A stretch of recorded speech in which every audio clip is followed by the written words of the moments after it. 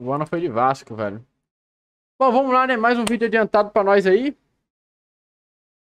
A história não contada de Dark Souls 2. Do canal Kelnou.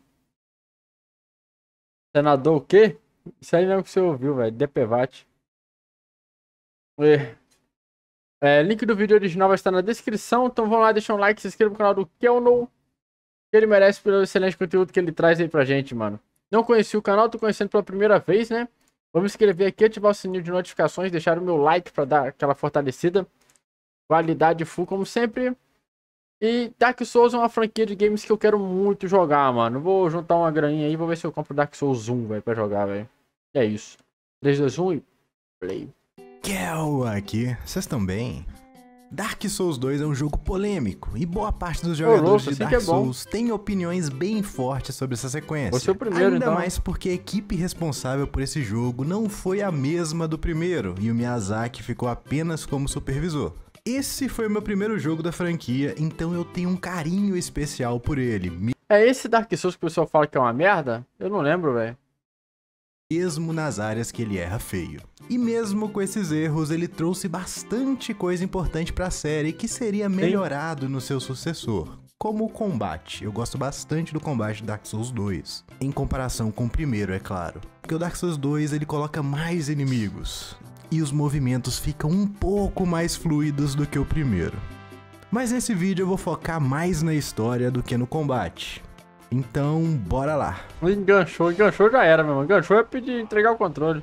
Como vimos no primeiro Dark Souls, a história era focada em ciclos e em grandes feitos de deuses que moldaram todo mundo em busca de chama primordial. Essa sequência tem uma abordagem bem diferente. Ela se passa em um reino distante centenas ou até milhares de anos depois dos acontecimentos do primeiro. E o foco aqui é na vida dos seres afetados pela maldição.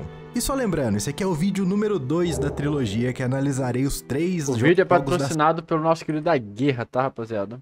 E só lembrando, esse aqui é o vídeo número 2 da trilogia, que analisarei os 3 jogos da série. Você pode ver esse aqui primeiro sem ter visto o outro, mas a sua experiência só vai ficar completa quando você ver todos.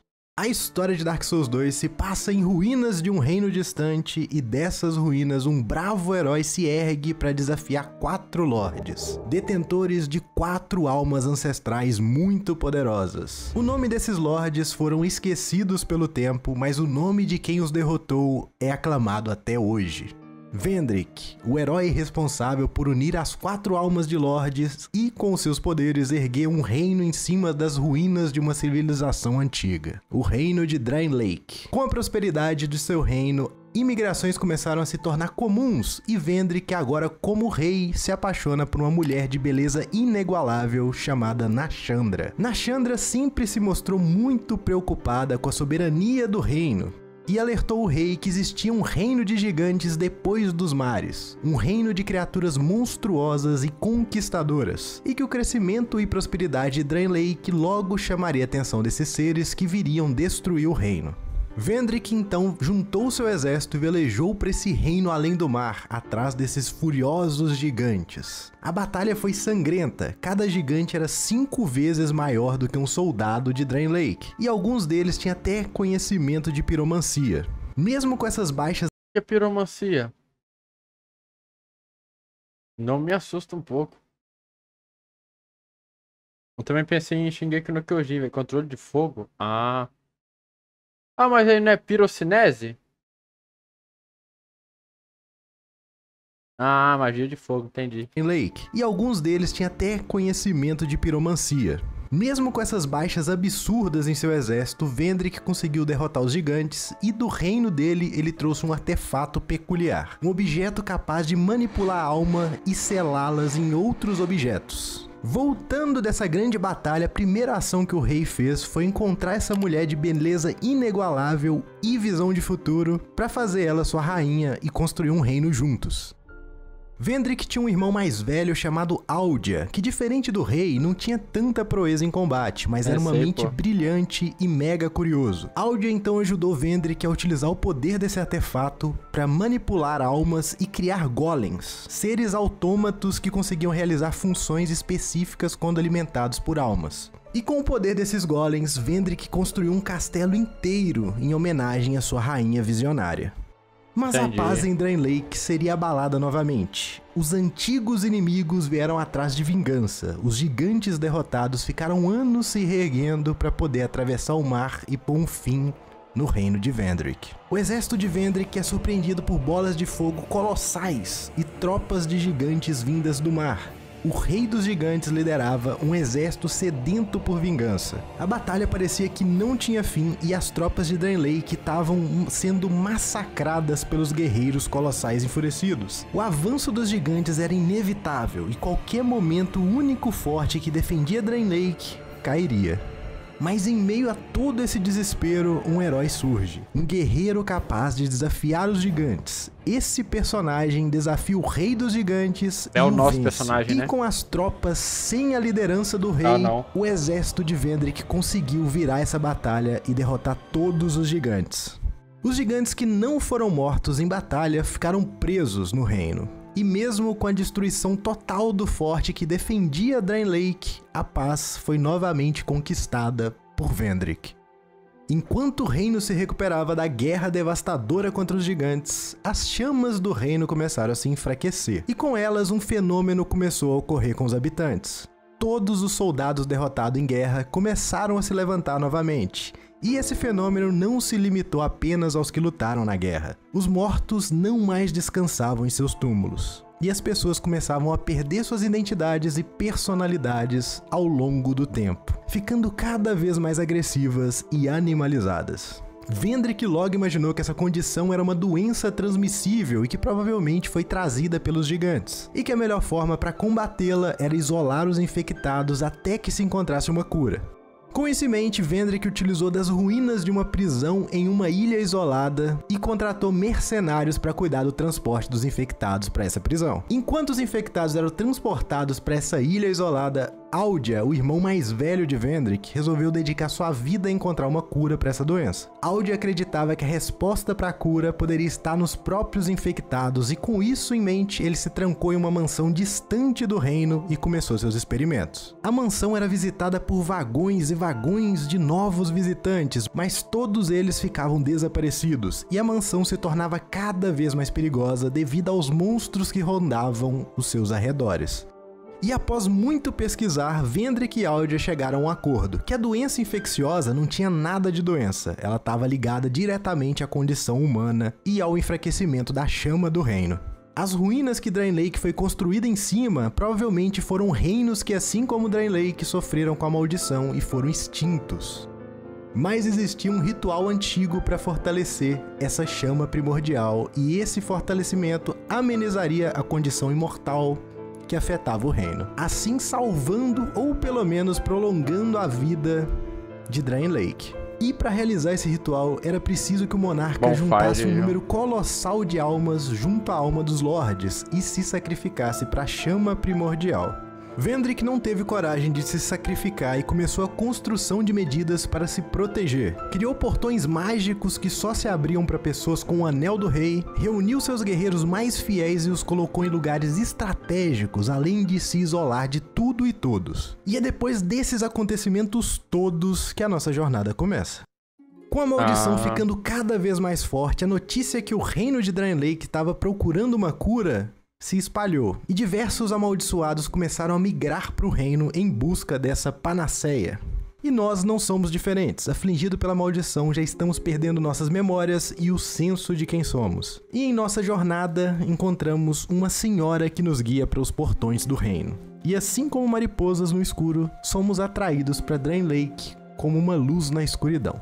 Após saltarmos, já acordamos nos arredores do reino, e as primeiras pessoas que encontramos são essas 4 mulheres, que zombam da nossa condição e dão a entender que aquela velhinha do início da cutscene já atrai novas pessoas para o reino há muito tempo, e que todos por ela atraídos fracassam e se tornam hollow, e nós não seremos diferentes. Ela nos dá uma efígie humana que nós usamos para reverter a maldição. Efígie é um boneco feito para representar alguém e geralmente é alguém odiado. E nunca é uma homenagem. Efígies são usadas para serem queimadas ou destruídas. E a melhor forma de encontrar esse item é invadindo outros jogadores que não estão em estado hollow e a gente mata eles. A recompensa é ganhar essa efígie. O que dá para entender que essa efígie não é uma forma de curar a maldição, mas sim de passar para outra pessoa.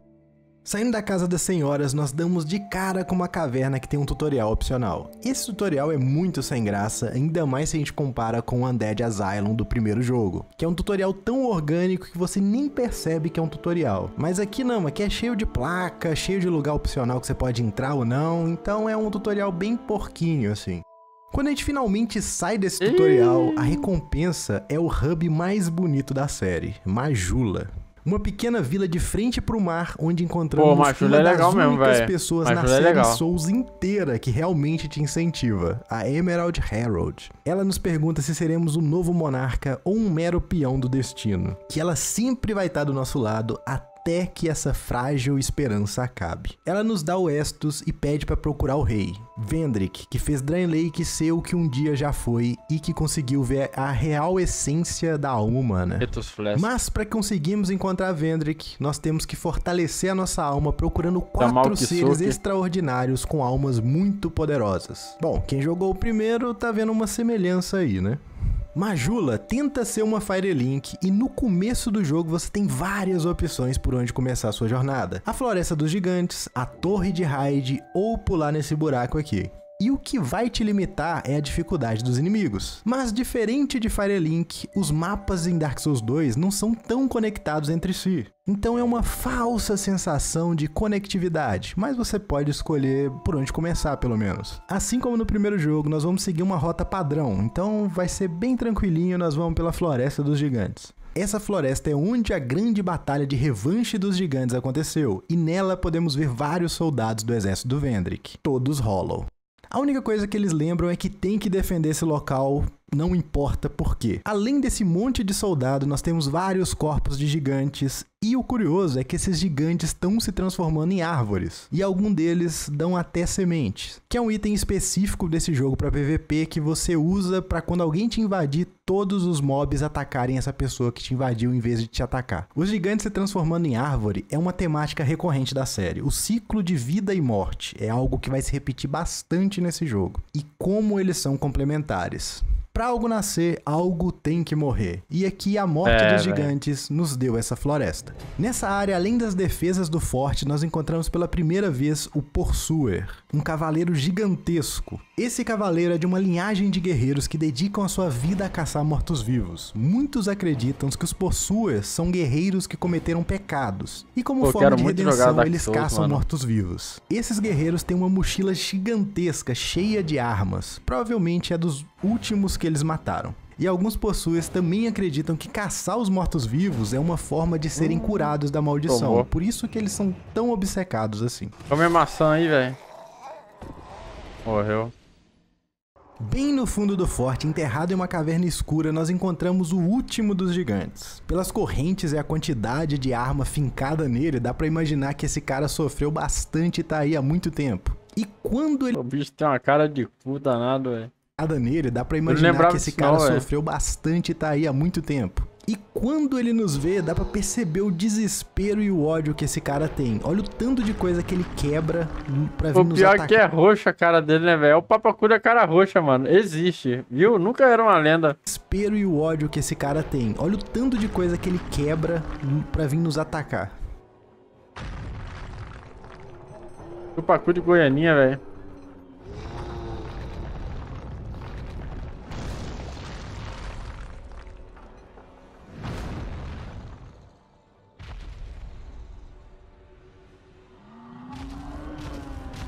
Chega no momento que ele arranca até o próprio braço para usar de arma contra a gente. Esse gigante é um dos sobreviventes da Grande Guerra e ele vai voltar mais pra frente na nossa história. E tudo vai fazer sentido, mas por enquanto ele vai ser só o nosso primeiro boss. Depois de derrotarmos ele, saímos do fundo do forte. Caso tenhamos morrido na primeira vez que vimos o Possuer, ele vai aparecer novamente nessa área aqui e agora como um boss definitivo.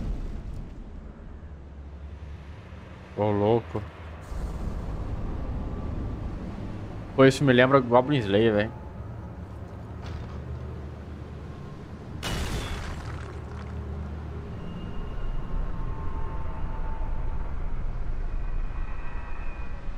Tem como você usar essa besta aqui gigante aqui pra dar um dano extra nele, que quase mata ele, é uma estratégia super forte, mas você tem que pegar o time certo antes dele quebrar. A luta com o Possuer é uma luta tranquilinha, ele não tem muita coisa pra fazer, os movimentos dele são bem simples e não tem muita coisa aqui a acrescentar, é uma boss fight bem genérica assim. Depois de derrotar o Possuer, tem como conversar com uma águiazinha ali e ir pra uma ilha específica, mas nós vamos primeiro voltar pra Majula por questão de lore, fica mais fácil explicar assim. Voltando Majula, é esse aí que tem um Ancient Dragon ou não?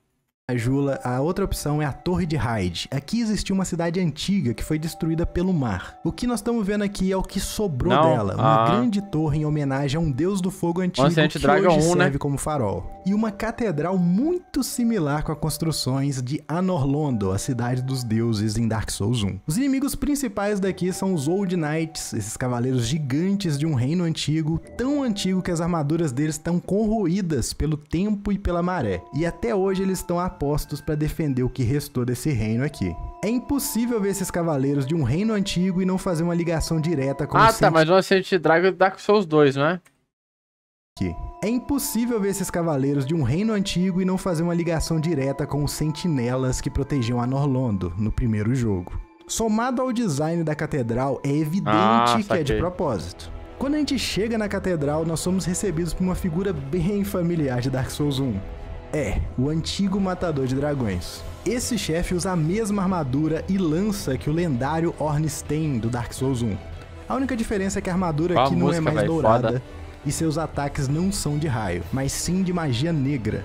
Quem assistiu a primeira parte de Dark Souls 1 deve lembrar que eu disse que a Guinevere se apaixonou por Flann, o deus do fogo, e deixou o reino de Anor Londo para um reino distante. Com todos esses indícios, é de se acreditar que essas ruínas eram do reino antigo que Guinevere e Flann fundaram. Por isso os cavaleiros parecem com sentinelas, por isso que a catedral remete a de Anor Londo. E o antigo matador de dragões seria uma reencarnação da alma poderosa que Gwyn deu a Ornstein em Dark Souls 1, por ser um dos cavaleiros mais leal e ter a missão de proteger a sua filha. Então ele estaria aqui porque provavelmente a Guinevere passou por aqui e ele ficou. E aqui nós batemos novamente no tema recorrente de Dark Souls 2, a reencarnação e renovação do ciclo. Assim como a alma poderosa de Ornstein foi reencarnada nesse... Cara, deixa eu perguntar pra vocês esse New Game Mais que o pessoal falava. É tipo, depois que você zera o Dark Souls, quando você vai botar pra New Game pra zerar de novo, tem uma dificuldade maior, é isso? Aí tipo, você zera de novo, aí vai pro New Game mais 2, fica um pouco mais difícil. Aí você vai de novo, New Game mais 3, é tipo isso? Aí tipo, tem um limite pro New Game mais ou não? Reencarnação e renovação do ciclo. Assim como a alma poderosa de Ornstein foi reencarnada nesse cavaleiro, vamos ter outras almas poderosas até o 7? Entendi. Em outros personagens dentro desse jogo. Esse era um boss opcional. Agora do lado oposto, temos outro chefe. Esse é o Old Dragon Rider. Mas tipo, quando você chega no 7, ainda tem coisa pra upar? Aí tipo, quando você dá NG de novo, vai ficar sempre no 7 agora? Dali não passa? Mas mesmo o limite sendo 7, ainda tem mais coisa pra upar? Será? Agora do lado oposto, temos outro chefe. Esse é o Old Dragon Rider. Vendrick possuía uma tropa de elite de guerreiros que conseguiam domar e voar em Wyverns, que são esse tipo de dragão aqui. E eles foram responsáveis por ajudar a dominação do reino. Esses eram a tropa de choque do Vendrick. Quando ele tinha algum problema com qualquer outro reino, ele mandava esses caras limpavam tudo. O design de arena desse chefe é super interessante. Ela é bem pequena e fácil de cair, mas ela pode ser aumentada para facilitar o movimento dentro dela. Só que para isso é preciso que nós lutemos contra os cavaleiros antigos para liberar uma alavanca que aumenta essa arena. Como é uma estratégia comum em Dark Souls, você só passar correndo dos inimigos, É uma ideia muito interessante você colocar recompensa que facilita lutas futuras caso o jogador mate os inimigos difíceis. Mas claro, tem muito speedrun que usa essa técnica aqui. Porra. Você já sabe, né, como é que eu vou ser em Dark Souls, né? Não vai passar um inimigo vivo na minha frente, velho. Aqui pra deixar essa luta muito mais fácil, deixando o boss cair nessa arena minúscula.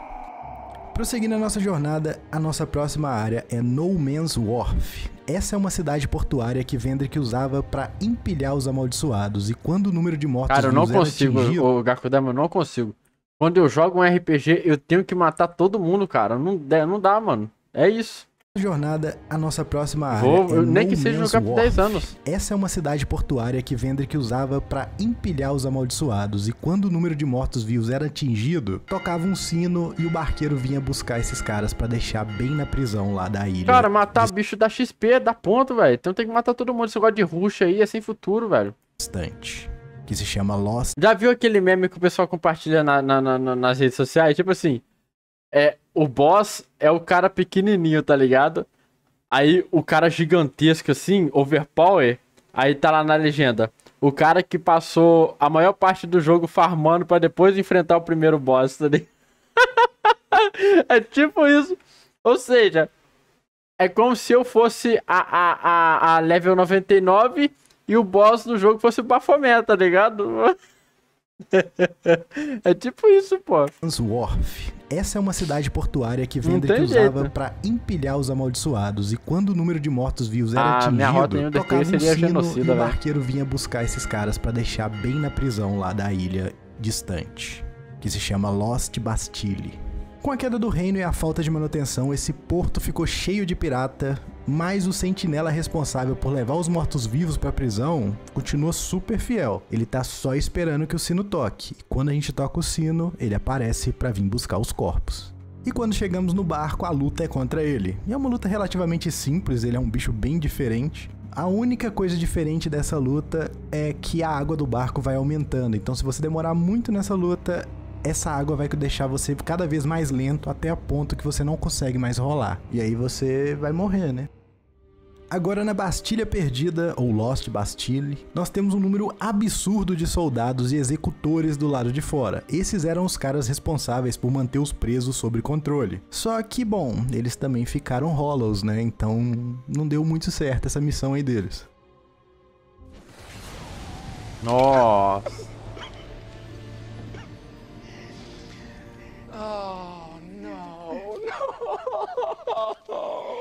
E o primeiro chefe que a gente encontra são esses 3 sentinelas aqui, ó. Esses 3 sentinelas são armaduras movidas por almas, e a única função deles é eliminar os mortos-vivos que tentam escapar da prisão, ou no nosso caso a gente tá tentando entrar nela, né? Essa é a primeira luta que dá aquele sinal que o time que fez esse Dark Souls não entende muito bem a dinâmica de fazer uma luta com vários chefes ao mesmo tempo. As lutas do primeiro jogo, que tinham múltiplos chefes, era sempre em torno de um complementar o outro. Então, enquanto um gárgula cospe fogo de longe, o outro vem ser agressivo de perto.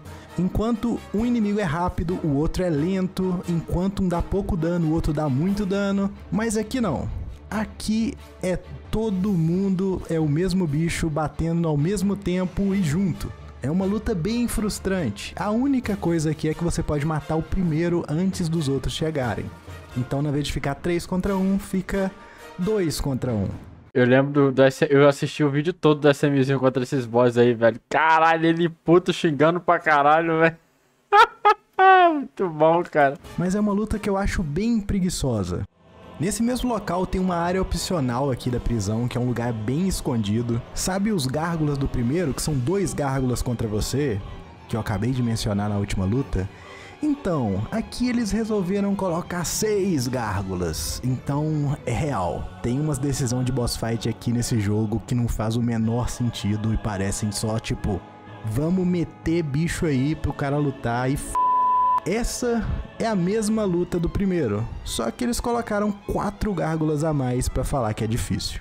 Bom, mas o que a gente veio fazer nessa prisão aqui? Além de ver esse monte de morto-vivo preso, no final nós temos um Lorde aqui dentro dessa prisão. Essa chefe é a Lost Sinner, ou a Pecadora Perdida. É uma mulher com uma camisa de força toda acorrentada e uma máscara com espinhos que perfura a pele dela. Essa personagem tá presa por vontade própria. Ela se isolou e impôs todo esse sofrimento a ela mesma por ter tentado reacender a chama primordial há muitos séculos atrás. Quando entramos na arena, um inseto do caos entra na sua máscara e ela fica doidona. E tem muita hipótese que esse inseto que tá controlando ela, então ela se isolou para evitar que esse inseto faça ela correr até a chama primordial novamente. E quem seria esse inseto? Bom, no primeiro jogo nós vimos que a bruxa de Izalith tentou recriar a chama primordial e o resultado disso foi catastrófico, transformando ela em um inseto.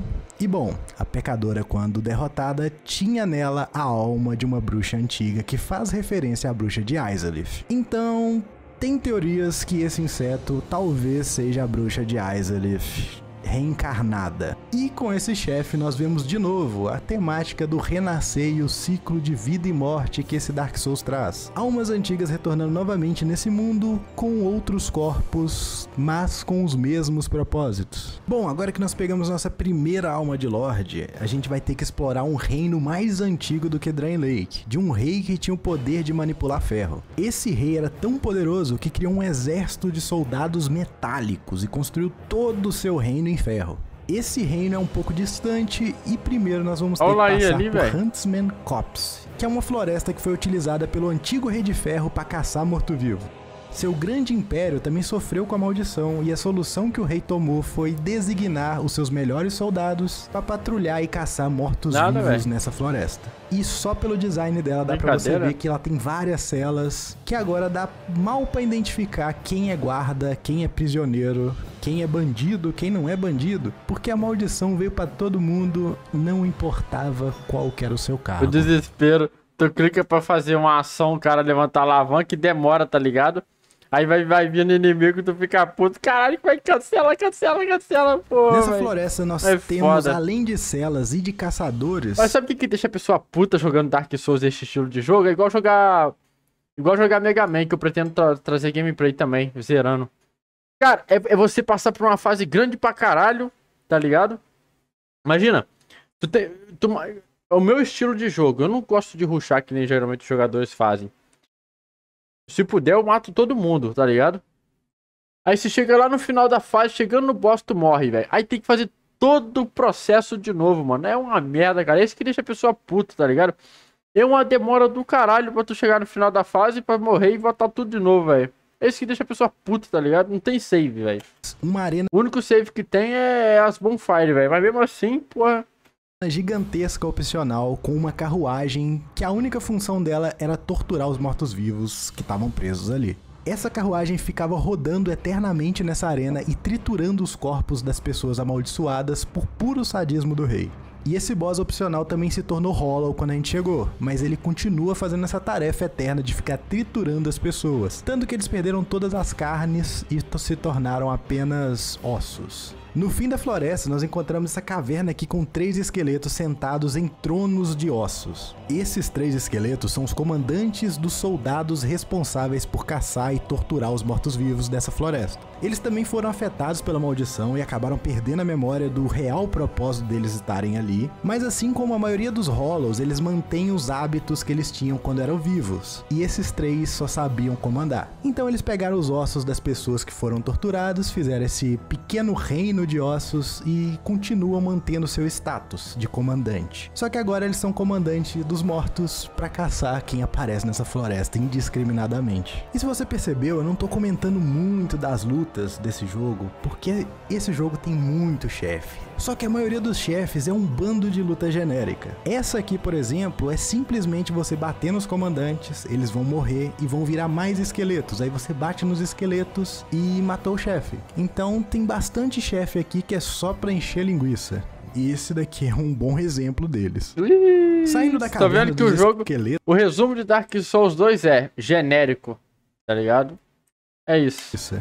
E esse daqui é um bom exemplo. Os caras não conseguiram ser criativos. Saindo da caverna dos esqueletos, nós vamos chegar no Vale da Colheita. E apesar do nome parecer uma coisa boa, esse local é lotado de gás e líquido venenoso. Esse vale era onde o antigo Rei de Ferro tirava sua matéria-prima para construir o reino. E a maioria da mão de obra aqui era de pessoa que começava a ser afetado pela maldição. E por isso que nós temos esses supervisores aqui, ó, montados nesses gigantes. A função desses caras é oprimir os escravos a trabalhar. Quando um escravo se rebelasse ou simplesmente estivesse num estágio que não dava mais pra trabalhar, esse cara era realocado pra floresta e lá ele ia ser caçado e torturado por toda a eternidade. O vale não foi sempre cheio de veneno, isso aqui aconteceu por causa de uma escavação que o rei estava fazendo e liberou toxinas. Mas como o rei nunca se importou muito com a condição de trabalho dos servos dele, ele manteve a galera ali escravizada trabalhando, mesmo assim, e foda-se. O design desse mapa é bem interessante e frustrante. É um mapa bem vertical e cheio de buraco, lotado de veneno e que serve como labirinto. Tem bastante item escondido aqui, mas para você pegar esses itens você tem que ficar cheirando esse gás gostoso. É um level design super frustrante, mas eu acho bem feito, porque o propósito do level design é te mostrar como as pessoas que trabalhavam aqui se sentiam. E quando você tá nesse buraco, a coisa que você mais quer é sair, mas você não consegue nem enxergar um palmo na sua frente. No final do vale nós temos aqui o moinho.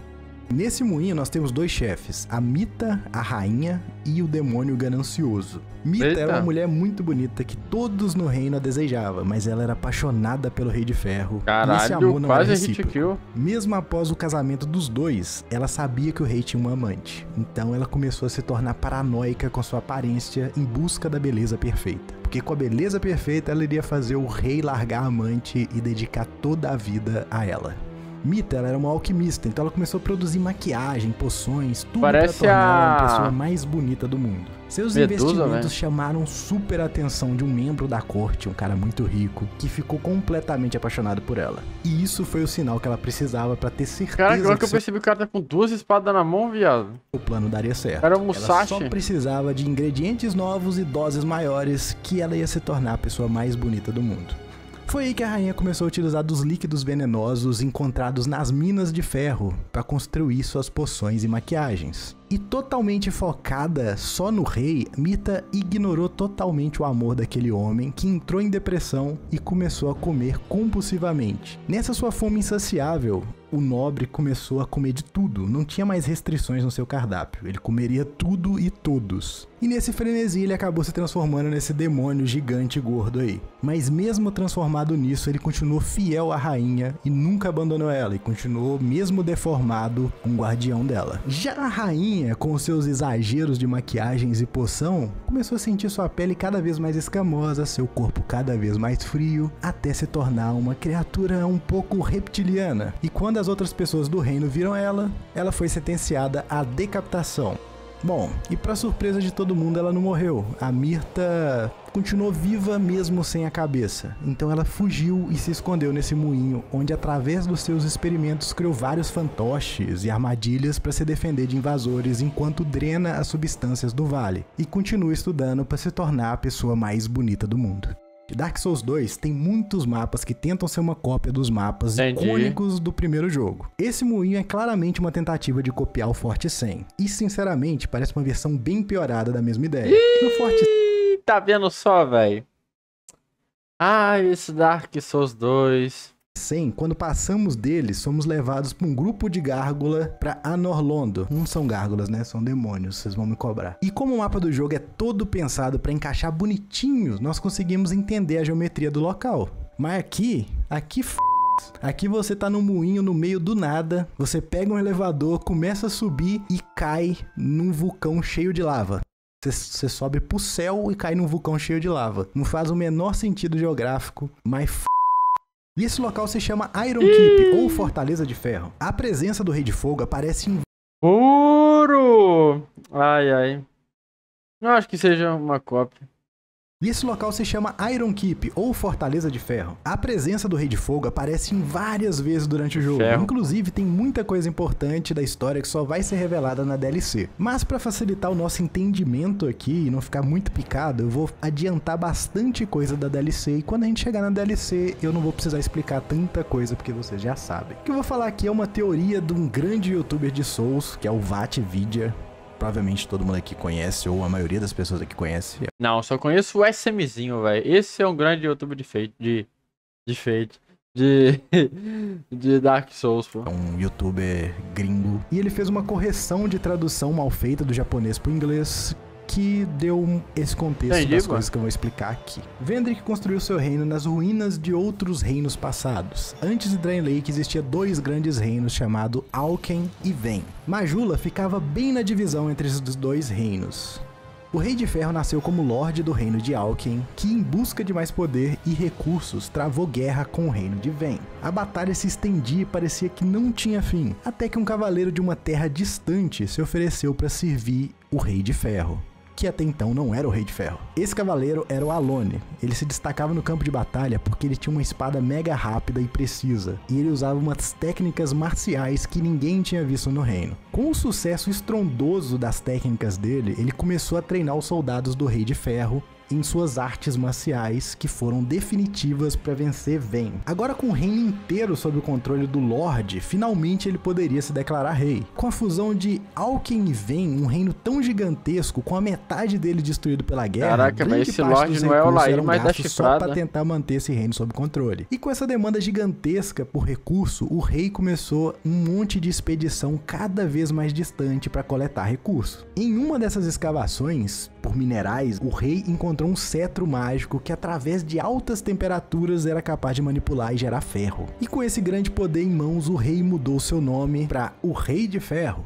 Ele construiu uma torre gigantesca onde ele manipulava esses recursos e reinava. E com a abundância, ele consolidou a sua posição e a prosperidade do reino parecia ilimitada, agora que ele tinha ferro infinito. A fama crescente do reino trouxe pessoas novas, e o rei começou a receber várias visitas de magos, feiticeiros, artesãos que queriam impressionar o rei e se tornar corte. Mas um deles se destacou bastante, que foi o Magus Aegil. Ele era um piromante mega talentoso que controlava as chamas como ninguém. E utilizando os poderes do novo piromante, o Rei de Ferro começou a criar soldados metálicos movidos pelas chamas. Criou armadilhas, armas e até mesmo uma fortaleza inteira de ferro movida a chamas. Mas a ganância do rei não tinha fim, né? Ele queria criar agora uma criatura de ferro alimentada pelas chamas que tivesse consciência. Uma criatura que ele não precisava mais mandar nela. Ela já ia obedecer os comandos dele sem ele precisar falar nada, porque ela saberia o que era bom pro reino e bom pra ele. Ah, acho que eu lembro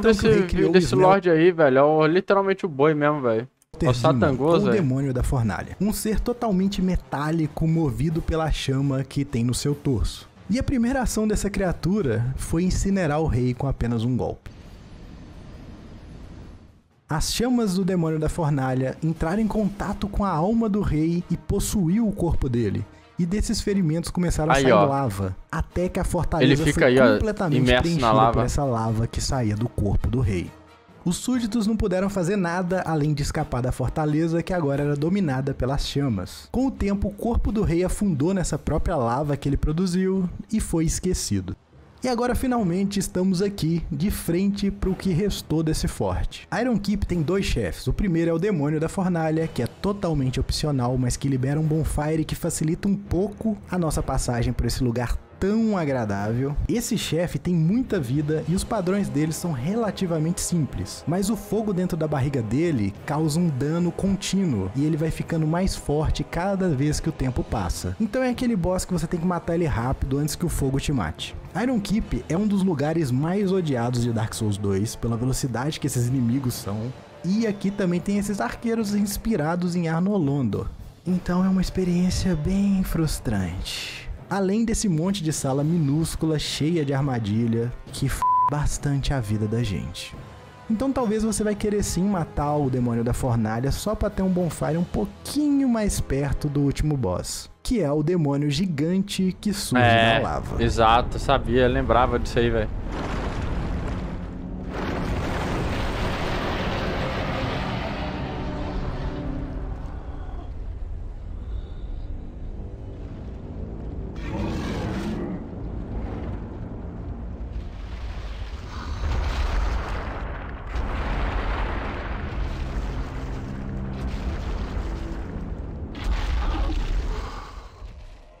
Esse é o Rei de Ferro que, após ter seu corpo mergulhado em lava, encontrou um ser antigo, um ser que o nome não pode ser dito, e que a partir dessa fusão, os dois se tornaram esse demônio gigantesco. Existem teorias que esse ser seria Gwyn do primeiro Dark Souls, e a sua alma foi atraída pela ambição do rei de montar um império e reinar supremo.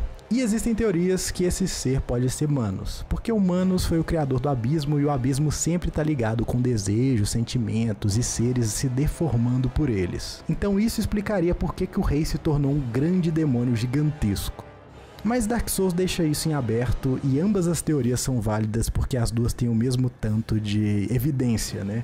Que é quase nenhuma. Eu particularmente gosto de acreditar que essa seja a alma ou um fragmento da alma de Gwyn, porque se encaixa melhor na temática recorrente dos 4 lords voltando em outros corpos e cometendo os mesmos erros. Derrotando o rei, nós conseguimos agora a segunda alma de Lorde, e agora nós vamos precisar de mais 2 só para poder ver o rei Vendrick. De volta em Majula nós temos no centro da cidade um poço gigantesco. Esse é o local de descarte do reino. Tudo não desejado é jogado ali, até mesmo pessoas. E ao descermos ao poço, nós chegamos numa catacumba cheia de ratos com estátuas em homenagem a eles.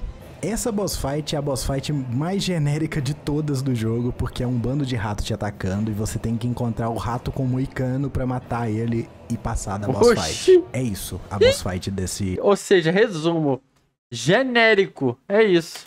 Local. E no final nós temos um rato rei falante, e ele fala que a gente tá no reino dele, e nos conta que os ratos eram aliados dos humanos e tinha um acordo entre as duas espécies. Os humanos reinariam sobre tudo onde o sol bate e o submundo seria dos ratos. Mas com a ganância dos humanos aumentando, vários deles começou a invadir o submundo em busca de tesouro e começou a matar os ratos. E aí quebrou a aliança. Essas catacumbas eram onde enterravam os religiosos de Drain Lake. Mas como quebraram as alianças, os ratos começaram a tomar a catacumba e fizeram a catacumba o seu reino. Esse rei do rato é uma covenante do jogo. Então lembra muito um jogo que eu tenho que jogar também, né? A Plague Tale, sei lá, não lembro o nome lá, velho. Pode se aliar pra proteger essas catacumbas e ficar invadindo players que tentam matar esse boss. Mas é só isso. Ele existe praticamente pra isso. Se a gente continuar descendo mais o poço, nós chegamos no The Gutter, que é uma tradução pra calha. Oh, morreu. Não, é genérico. É só qualquer coisa. A Plague Tale é bom, esse aí mesmo. Tipo, a calha serve pra água da chuva escorrer, então o The Gutter seria o lugar onde os descartados caem primeiro e escorrem pro abismo.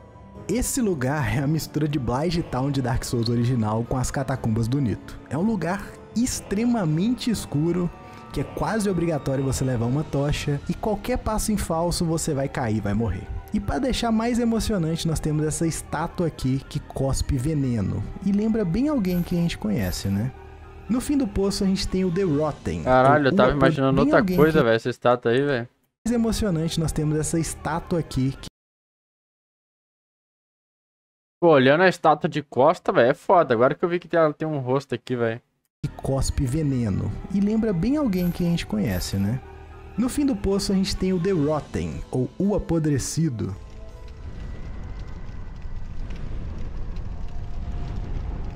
Oxi.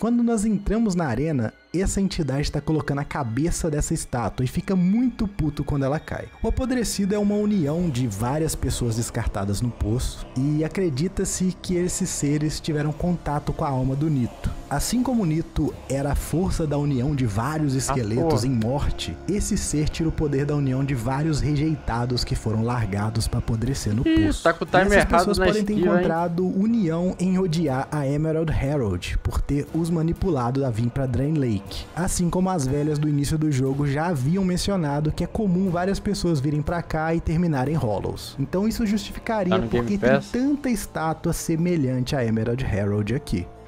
E aqui nós caímos mais uma vez naquela temática. Grandes almas antigas voltando para cumprir os mesmos propósitos. E agora com 3 almas, nós precisamos só de mais uma. Mas para isso nós vamos ter que passar para Shaded Woods.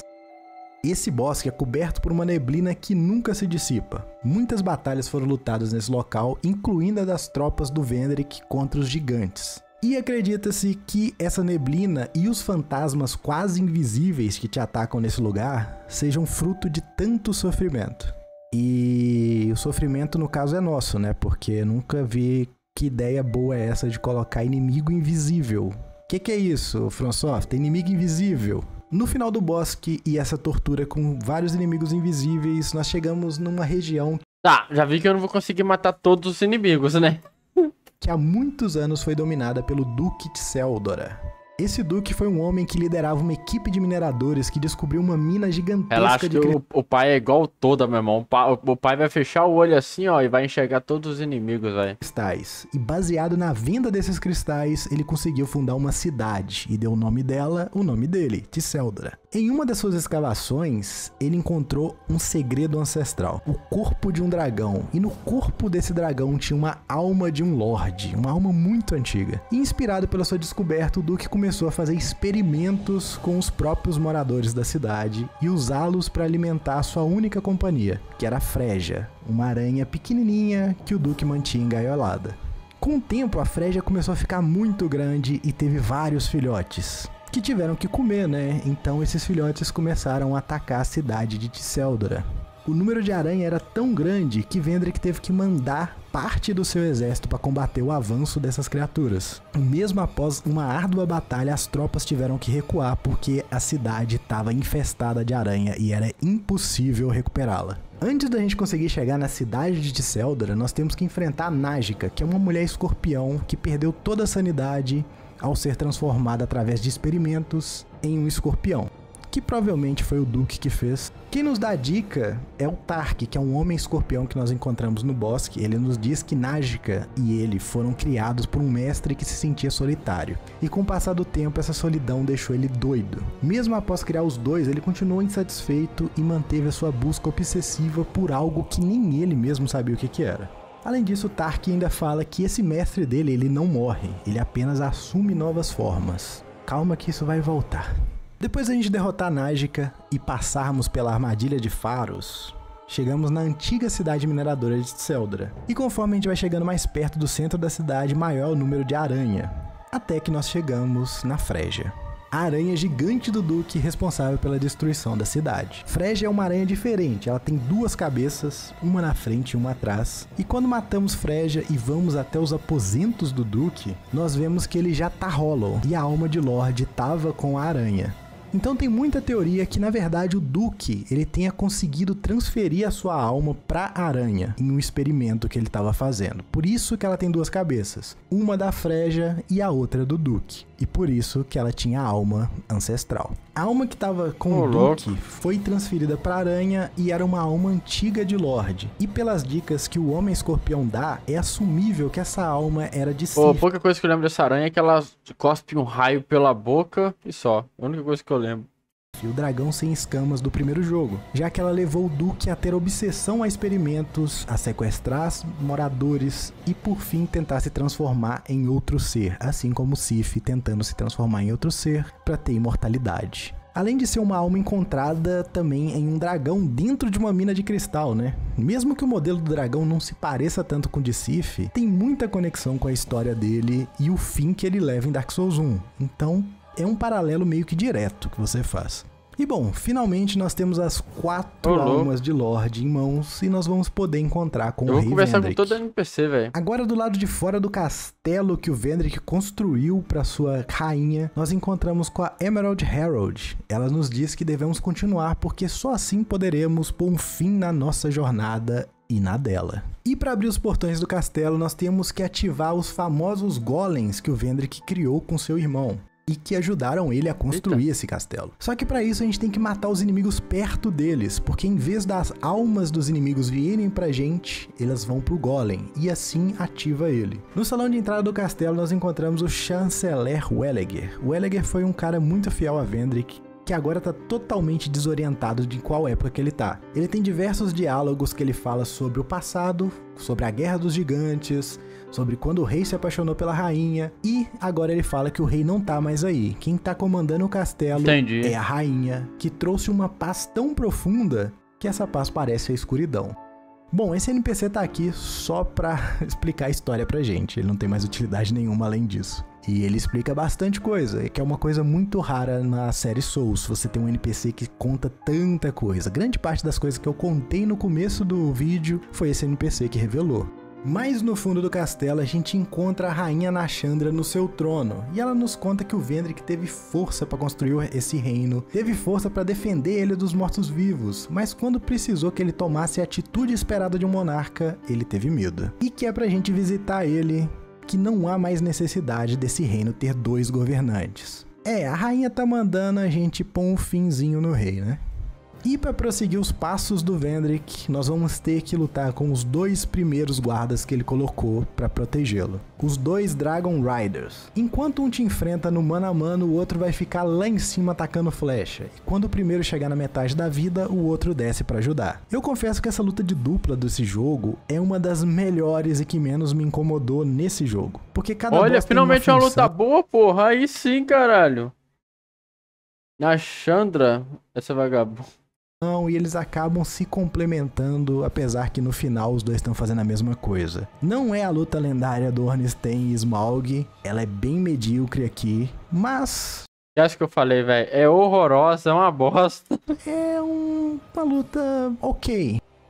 Nosso próximo chefe do castelo começou bem, mas depois foi pro genérico. Esse cavaleiro era responsável por testar todos que queriam se tornar da guarda real do rei. O teste era simples. Se você sobrevivesse a uma luta contra o cavaleiro, você passava e estava pronto para se unir à guarda real. Com o rei se exilando, o Cavaleiro dos Espelhos ficou com um obstáculo que impede os que querem perseguir o rei. E essa é uma luta muito interessante, porque em determinado momento ele invoca um cavaleiro para auxiliá-lo. Esse cavaleiro pode ser um jogador que esteja tentando invadir você nessa área. É uma mecânica muito interessante que eu confesso que eu curto bastante. Mas que eu fiquei bastante puto quando eu fui invadido por um cara profissional de PVP no meio da partida contra um chefe. Então fica um pouco injusto, né?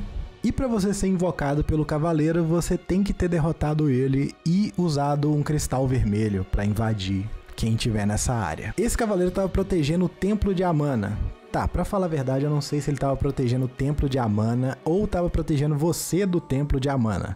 Esse aqui foi um dos locais que mais levou só tá 8, velho. Porque o dano dos inimigos aqui era super alto. Quer dizer, qual que é ruim? Você 8 quase ou morria 80, com um golpe não lembro, só. velho. Além de você poder cair na água e morrer nos buraquinhos que tem aqui, você também não conseguia rolar direito e nem correr nessa água. Era uma experiência muito marcante em Dark Souls 2. E quando você era invadido aqui, deixa eu voltar aqui, quase morria com um golpe só. E, além de você poder cair na água e morrer nos buraquinhos que tem aqui, você também não conseguia rolar direito e nem correr nessa água. Era uma experiência muito marcante em Dark Souls 2. E quando você era invadido aqui, meu amigo, era muito divertido. Nossa, era muito bom. Esse Templo de Amana era um local onde eles faziam vários ritos de passagem para os mortos chegarem acalmados na cripta, onde eles passariam toda a eternidade repousando. Com a ruína do reino, a tradição foi perdida, restando apenas as Milfinitos, que são essas mulheres atraentes que cantam para acalmar os mortos. Conversando com uma delas, elas nos conta que na verdade elas são fragmentos do Nito, que nasceram da sua queda, e só lhes resta cantar para acalmar os mortos, porque elas não têm outra função. As Milfinitos são Hollows, e elas utilizam poderes, magias, para parecerem mulheres bonitas, mas na verdade elas são um bando de gente bem feia. Mais pro fundo do templo, guiados pela melodia, nós somos levados a uma sala com um demônio gigantesco. Esse é o demônio da canção. Esse ser foi aprisionado há muitos anos nesse templo, e os rituais eram uma forma de acalmá-lo. Só que com a quebra dos rituais, o demônio da canção foi liberto, e ele aprendeu a imitar a música que ele ouvia das Milfinitos para atrair a gente e papar. E finalmente atrás do demônio nós temos as criptas onde repousam os mortos. E ao chegar no Bonfire nós somos surpreendidos por essa cabeça deformada flamejante. E essa cabeça nos pergunta qual o real motivo de querermos quebrar essa suposta maldição. A vida é brilhante, bonita e nos encanta a ponto de ficarmos obcecados por ela. Existem algumas pessoas que mesmo sendo apenas uma casca, elas conseguem ser fiéis aos seus propósitos. Ele conheceu um guerreiro que perdeu a sua cabeça por propósito. Pessoas que procuram um propósito no amor. E nós? Qual é o nosso real propósito de querer quebrar a maldição? Uma vez, um senhor da luz baniu a escuridão e tudo que foi originado da humanidade. E por isso os humanos assumiram essa forma passageira. Essas são as raízes do nosso mundo. Humanos são apenas objetos no palco da vida. Não importa quão gentil e sofisticada seja a mentira, uma mentira continua sempre sendo uma mentira. E ele nos pergunta se mesmo sabendo disso, nós ainda desejamos a paz. Quando falamos que sim, ele nos avisa que Vendrick, o quase verdadeiro monarca, tá por perto e nos pergunta o que realmente é um rei. Nós não nascemos grandiosos e nem nos foi dado essa grandeza pelo destino. Nós não sabemos nem o motivo de estarmos fazendo o que estamos fazendo e que nós nos iremos encontrar novamente. Esse diálogo é muito profundo e revelador, apesar de ser mega confuso, e nós vamos aprofundar nele mais pra frente no jogo. Mais a fundo na cripta nós encontramos um Fenito, outro ser que foi criado dos fragmentos de Nito. Assim como Nito, Agadeine cuida dos mortos e ele nos pede para não acender nenhuma luz, porque os mortos descansam no conforto da escuridão e a luz só deixa eles agitados. E que se estamos à procura do rei, ele tá bem no fundo da cripta. Por que acontece só acender a luz ali? Ter cuidado porque ele parece que não quer receber visita e todos que tentaram acabaram fazendo parte da cripta agora como mortos. Mortos pelos próprios guardas do rei. Se a gente continuar conversando com o Agadeine, ele nos conta que os humanos eram um com a escuridão. E o Rei da Luz tinha medo dos humanos, medo que eles poderiam desejar uma era da escuridão. Que nós somos estranhos, não conseguimos separar verdade de ficção. Com o diálogo da cabeça em chamas e do Agadeine somados, já dá pra começar a desconfiar que esses dois acreditam que Gwyn não era lá um cara muito bacana não. E que a motivação de todos os seus atos foram para se proteger e não para um bem comum do mundo. E que essas ações prejudicaram muito mais a humanidade do que salvou ela. Por isso que Agadeine nos fala que não conseguimos separar verdade de ficção, já que muitos humanos acreditam que Gwyn realmente foi um deus bondoso e tudo o que ele fez foi para ajudar a raça humana. E, consequentemente, reacender a chama é algo que irá nos beneficiar. Eu gosto bastante dessa parte da história do jogo, porque aqui alguns NPCs já começam a plantar aquela sementinha de desconfiança em nós sobre tradições, sobre seguir crença de outros e realmente não nos perguntar o real motivo de estar fazendo o que a gente está fazendo. No primeiro jogo, você tem poucos NPC que te dão esse contraponto, a maioria simplesmente assume que reacender a chama é o correto e te motiva a fazer isso. Mas aqui não, aqui já começa a aparecer uns NPCs no caminho principal te falando, olha, talvez reacender a chama não é essa coisa toda aí que a galera fala que é, hein? Eu acho que talvez você tá sendo manipulado. Bem nas profundezas da cripta, protegido por 12 guardas, nós conseguimos entrar na antessala e encontramos o guarda-costa do Vendrick, Vestaldit.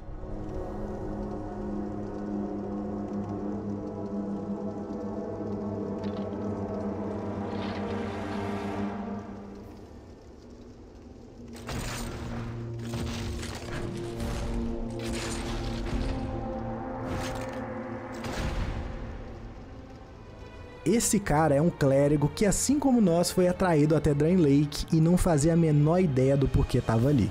Mas ele encontrou propósito em seguir e proteger o rei, desde o começo do reino. Depois que o Vendrick se exilou na cripta, esse clérigo resolveu dedicar sua vida a protegê-lo.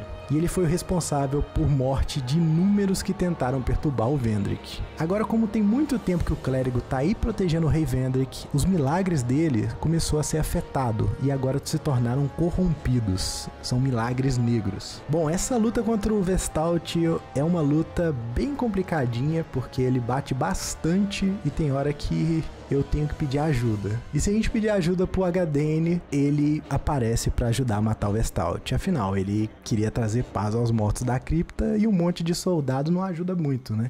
Quando a gente finalmente chega na sala onde o rei se exilou, nós encontramos o Vendrick caminhando perdido por ela, completamente pelado. Tá, ele tá de tanguinha, ele não tá completamente pelado. O rei se tornou Hollow. E aqui a gente só pode pegar o anel dele, o único anel que dá acesso para os portões de segurança que foram criados para proteger os seus segredos. Já na escada da cripta, a Emerald Herald já tá lá nos esperando. Ela nos pede para usar esse anel, atravessar os portões do rei e nos aventurar ao oeste. Que se a gente for realmente o próximo monarca, então um dia andaremos por essas terras sem saber o porquê. Seguindo o conselho da Emerald, nós vamos chegar na mansão do Aldia, o irmão mais velho do rei Vendrick, que dedicou sua vida a estudar a maldição. Essa mansão é lotada de monstro e tem um fóssil gigante de dragão que, se você ficar parado, ele te mata. Todas as criaturas que a gente tá vendo aqui são os experimentos de Aldia, e ele fez isso tudo pra tentar encontrar a real razão da maldição. Que da hora que bagulho do osso te matar, eu não sabia disso não, mano, que da hora, velho. Que se você ficar parado, ele te mata. Todas as criaturas que a gente tá vendo aqui são os experimentos de Aldia, e ele fez isso tudo pra tentar encontrar a real razão da maldição. A mansão é cheia de corpos de gigantes, cheio de criaturas deformadas, e no final dela nós temos um Wyvern engaiolado. Esse Wyvern tá servindo de guardião pro elevador que nos leva a Dragon Eyrie. Esse local é o ponto mais alto do reino, aí é um e é onde os d'água, Wyvern né? tem ninho. O Vendrick, ele tinha uma tropa especializada em montar dragões, né? Então é natural que ele teria proximidade com os ninhos dos dragões. Bem na entrada, a gente encontra a Emerald Herald nos esperando. E ela nos fala que esperou por muito tempo alguém como nós, alguém que pode ser capaz de quebrar as correntes do destino, alguém que possa a libertar. Que foi a manifestação dela que nos trouxe até aqui. E que no castelo existe um dragão que cuidou do mundo por eras e que ele nos receberia de bom grado. Essa revelação da Emerald, que foi ela que nos trouxe até Draenlake, abre muita teoria que a velha na cutscene inicial seria a Emerald do futuro que atraía pessoas para Draenlake do passado para tentar mudar o destino. Ou uma teoria menos elaborada que é apenas uma projeção dela como velha para enganar as pessoas. Nesse ponto da história, a segunda opção parece absurdamente mais viável e realista. Mas, mais pra frente, a gente talvez comece a perceber que a primeira faz mais sentido. Ao atravessarmos os ninhos dos dragões e chegarmos no primeiro bonfire próximo ao castelo, nós somos surpreendidos pela entidade novamente. Ele nos pergunta por que somos tão apegados a esse mundo terrivelmente distorcido. Paz nos algema a essa realidade falsa e nós desejamos por amor, sem perceber a grande ilusão que ela é. Até que a maldição toca a nossa carne e todos nós estamos presos no mesmo jugo, tão verdadeiro como a escuridão que se agita dentro de cada humano. Todos os humanos acreditam na ilusão da vida, mas isso é tão errado assim? Uma construção, um teatro e mesmo assim um mundo cheio de cordialidade e esplendor. Jovem Hollow, você pretende quebrar esse jugo estragando essa maravilhosa falsidade? Se a gente responder que sim, esse ser se identifica como Aldia e fala que assim como nós, ele também tentou desafiar o destino e fracassou. Agora só lhe resta esperar por respostas. Procure o trono, procure a luz, escuridão e o que tiver além. Aldia é o irmão mais velho do rei Vendrick, que dedicou a sua vida inteira a acabar com a maldição. E o resultado do seu fracasso o transformou nesse ser aí. E apesar desse discurso dele ser muito filosófico, vamos tentar entender o que ele tá falando com tanto simbolismo. Paz significa... Pô, falando nisso, Dark Souls é dublado, gente? Tem português BR ou não? É só inglês mesmo? a Era do Fogo. E Aldia quer entender por que, apesar de vivermos nesse mundo decaído, cheio de sofrimento, ainda queremos estendê-lo. Por que queremos continuar esse ciclo? A Era do Fogo é apenas uma ilusão destinada a acabar, e por mais propósito que cada um de nós encontremos durante essa fase, e quão diferente eles sejam, por mais incríveis que sejam esses feitos, no final nós estamos todos unidos pelo mesmo jugo. Tudo vai acabar. Todos vão se tornar Hollows e o ciclo vai se repetir novamente. Jugo é uma palavra que se refere a uma ferramenta que amarra bois para forçar eles a trabalhar puxando coisas juntos. Mas também é uma metáfora para escravidão. O ser humano é escravo do ciclo. Não importa quão maravilhosos, quão sofisticados os propósitos que cada um possa escolher carregar, a realidade se impõe.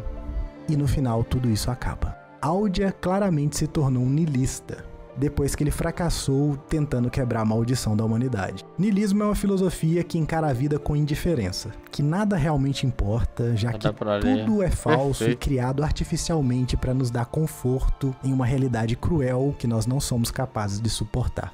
Então o Aldia, ele tá nesse niilismo aí. Isso vai voltar mais pro finalzinho do jogo, a gente conclui esse raciocínio. No castelo nós temos vários guerreiros com armaduras de dragões. Esses guerreiros são adoradores de dragões. Eles acreditam que esses seres, por terem origem muito anterior... Eu lembro da gameplay do SMzinho, os caras não conseguiram passar da escada, velho. De dragões. Eles acreditam que esses seres, por terem origem muito anterior à Era do Fogo, podem conceder a cura para a maldição para a humanidade. Por isso que eles dedicam a sua vida a proteger os dragões e são servos desse dragão aí do castelo. Quando finalmente a gente chega no dragão, ele possui uma textura bastante diferente de todos os outros dragões que a gente viu até então na série. E a voz dele ecoa como se fosse vários seres dentro desse dragão. E o dragão se refere a ele como nós, como se tivesse mais de uma entidade dentro do corpo. E ele nos diz que a maldição da vida é a maldição do desejo. Então olhemos na neblina em esperança de encontrarmos respostas. E ele nos dá um item chamado Ashen Mist Heart, coração da névoa cinzenta, que dá a habilidade da gente entrar em memórias de alguns seres mortos. Esse dragão é um chefe opcional, tem como a gente matar ele. Caralho, fora do Ancient Dark é hit kill mesmo, velho, não tem jeito. Caso a gente mate ele, ele vai dropar uma alma de um gigante e ossos de dragões petrificados. O que quer dizer que esse cara não era um dragão. Ele era algum experimento que Aldia fez juntando os ossos de dragão com as almas dos gigantes que ele coletou durante as guerras. Aldia, ele já acreditou que os dragões poderiam ser a solução para a maldição, então ele quis recriar um dragão para ver se isso quebrava a maldição dos seres humanos e quebrava o ciclo. E bom, esse vídeo tá gigantesco e se essa história não tá complicada o suficiente pra você, prepara que agora o negócio vai ficar totalmente biruleibe. Bora. Agora com esse item a gente consegue entrar nas memórias de gigantes mortos nas florestas dos gigantes. E nessas memórias a gente revive as batalhas que aconteceram entre Drangleic e os gigantes querendo revanche. E nessas memórias a gente ajuda as tropas de Drangleic. E uma das memórias a gente luta contra um rei gigante. E nós o derrotamos. Bom, se você lembra do começo do vídeo, que tem bastante tempo, o primeiro chefe que a gente enfrenta é o último gigante. E ele parece extremamente bravo quando nos viu. E agora a gente sabe por quê. Esse item que o dragão nos deu tem o poder não só de reviver as memórias, mas sim de nos fazer voltar no tempo. E nós, desde sempre, fomos os heróis responsáveis por ajudar Drangleic a sobreviver ao ataque dos gigantes. Por isso que o último dos gigantes nos odiava tanto. Ele era o rei dos gigantes que, depois de ser derrotado por nós, foi preso e torturado por centenas de anos. Então nesse Dark Souls, assim como a DLC do primeiro, nós fazemos viagens no tempo. Pô, isso aí é da hora, mano. Isso aí é uma puta sacada do jogo, mano. Muito foda. Então nesse Dark Souls, assim como a DLC do primeiro, nós fazemos viagens no tempo e acabamos descobrindo que estamos presos em um ciclo sem começo e fim. Já que as ações nossas do futuro influenciaram o passado, que influenciaram o futuro e, bom, não tem mais onde começou, né? Tempo na série Souls é sempre uma coisa conturbada que vai se sobrepondo e por isso é muito difícil colocar essas histórias numa linha cronológica que faça sentido. Por isso que eu demorei bastante pra conseguir fazer esse roteiro, porque é complicadíssimo isso aqui. Bom, se não tivesse nenhuma DLC, nós poderíamos ir pro final do jogo. Mas ainda falta 3 DLCs e nós vamos passar por ela antes de zerar o jogo, porque elas fazem muito sentido pro final e vai ajudar a gente a entender o final. A primeira é a Sunken King. Um grupo de viajantes em busca de abrigo encontrou uma caverna e, movidos pela curiosidade, eles acabaram encontrando um dragão ancestral dormindo dentro dessa caverna. Admirados pela beleza e a imponência desse ser, esse achado não poderia ser uma coincidência. Certamente havia uma razão maior para esse grupo de viajantes em busca de abrigo achar uma criatura tão majestosa. E com base nessa crença, uma vila foi construída ao redor do local onde esse dragão dormia. E com isso, rituais, cultos e canções foram feitas para esse ser. Ele se tornou o guardião dessa vila. Muitos faziam isso em admiração e outros em pavor que um dia esse dragão acorde e destrua tudo. Com o tempo, a vila foi crescendo e prosperando, agora ela já era um reino, e muitos viajantes começaram a visitá-la, admirar sua cultura e rituais em homenagem ao dragão que abençoava aquele povo. Meu Deus, uma sacerdotisa de uma terra distante veio ao reino admirar esse dragão, e a sua dedicação aos rituais e canções foram tão grandes que chamou a atenção do rei, que se apaixonou por ela e a fez rainha. Um reino com um dragão vivo ganha notoriedade muito rápido, e com a notoriedade, pessoas mal intencionadas também viriam para esse reino. Foi aí que a cidade começou a ser atacada por um culto de cavaleiros liderados por Sir Jorg. Esses homens, eles tinham uma crença que se banhar com sangue de dragão os daria conhecimento ancestral e uma forma de transcender a vida humana, assim saindo do ciclo. A batalha foi intensa, o líder dos cavaleiros acabou assassinando o rei e finalmente... Não é, velho? Inclusive com essa reboladinha, vou dar uma pausa aqui rapidinho, vou dar um mijão e já volto, 1 segundo. Bora. Intensa, volta um pouquinho de transcender a vida humana, assim saindo do ciclo. A batalha foi intensa, não tinha dinheiro, o líder dos cavaleiros acabou assassinando o rei e finalmente, com acesso ao dragão, ele pegou a sua lança e cravejou no peito do dragão. Só que essa lança não matou o dragão, ela simplesmente acordou o dragão. E o ferimento serviu para essas toxinas que estavam dentro do dragão saírem e começarem a se alastrar pela cidade. Junto a um dragão furioso que também começou a destruir a cidade e atacar todo mundo. Bom, e aqui nós temos 2 teorias.